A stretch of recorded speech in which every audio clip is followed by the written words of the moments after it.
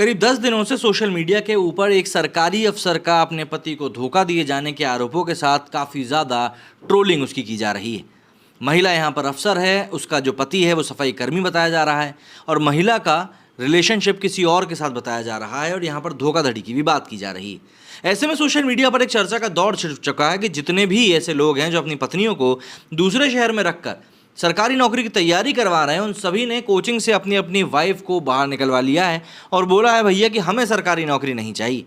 क्या है इस खबर की सच्चाई, इसी बारे में हम लोग बात करने की कोशिश करेंगे। पहले ज़रा मामले की बेसिक जान लें। यूपी की एसडीएम ज्योति मौर्य की खबर वायरल होने के बाद से सोशल मीडिया पर पोस्ट और कमेंट्स की बाढ़ सी आ चुकी है। दावा किया जा रहा है कि अब कोचिंग में प्रतियोगी परीक्षाओं की तैयारी करने वाली पत्नियों को उनके पति वापस घर बुला रहे हैं। कुछ ट्विटर यूजर्स का दावा है कि कोचिंग संस्थानों के हब यानी कि प्रयागराज इलाहाबाद से करीब 135 शादीशुदा लड़कियों को उनकी पढ़ाई छुड़ाकर वापस बुला लिया गया है। इन दावों की ज़मीनी हकीकत जानने के लिए प्रयागराज के कोचिंग सेंटर्स की जब बातें निकलकर सामने आई तो कुछ और ही कहानी नजर आई। दरअसल यूपी के बरेली में चीनी शुगर मिल की जीएम ज्योति मौर्य पीसीएस अधिकारी थी और प्रयागराज में सरकारी सफाई कर्मचारी आलोक मौर्य थे, जो कि चतुर्थ श्रेणी के थे। अब इनका किस्सा जो है वो जग जाहिर हो चुका है। दरअसल आलोक ने अपनी पत्नी ज्योति पर रिश्ते में धोखा देने जैसे गंभीर आरोप लगाए हैं। पति का आरोप है कि शादी के बाद उसने ज्योति को पढ़ाने में काफ़ी पैसा खर्च किया और अब जबकि वो उत्तर प्रदेश लोक सेवा आयोग की परीक्षा में चयनित होकर अधिकारी बन गई है तो उसने उसे दगा दे दिया है। आरोप है कि ज्योति के यूपी के पीसीएस अधिकारी मनीष दुबे संग रिश्ते बन चुके हैं।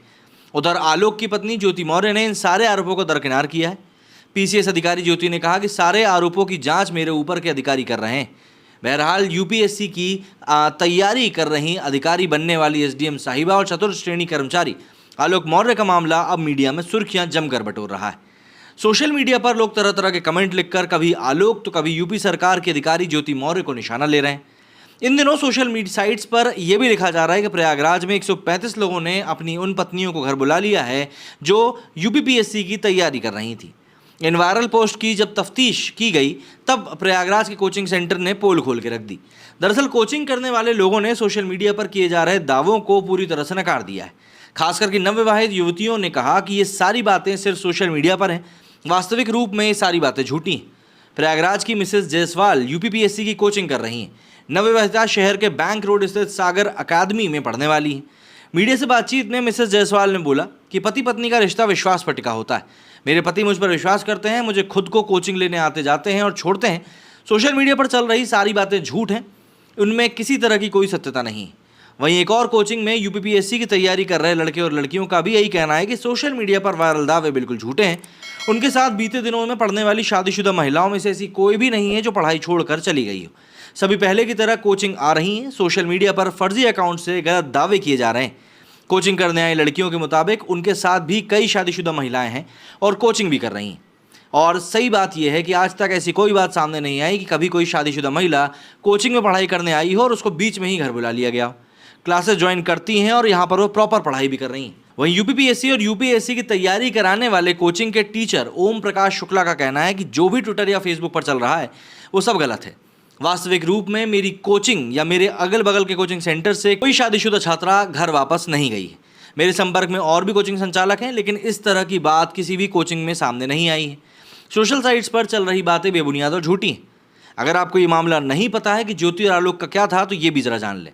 दरअसल यूपी के पंचायती राज विभाग में कार्यरत चतुर्थ श्रेणी कर्मचारी आलोक मौर्य ने बरेली में तैनात पत्नी ज्योति मौर्य, जो कि एक पीसीएस अधिकारी हैं, और उनके प्रेमी मनीष दुबे, जो कि होमगार्ड कमांडेंट हैं, इन पर हत्या की साजिश रचने का आरोप लगाया है।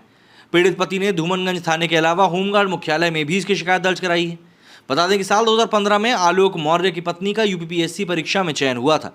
कई जिलों में एसडीएम रहने के बाद ज्योति वर्तमान में बरेली के शुगर मिल में जीएम के पद पर तैनात हैं। पीड़ित पति का आरोप है कि पीसीएस अधिकारी का प्रेमी गाजियाबाद में होमगार्ड कमांडेंट के पद पर तैनात है और इसी अधिकारी के साथ उसकी पत्नी का वैध संबंध है। आलोक मौर्य ने बताया कि साल 2010 में उसकी शादी वाराणसी की रहने वाली ज्योति मौर्य के साथ हुई थी। 2015 में ही उसने जुड़वा बेटियों को भी जन्म दिया।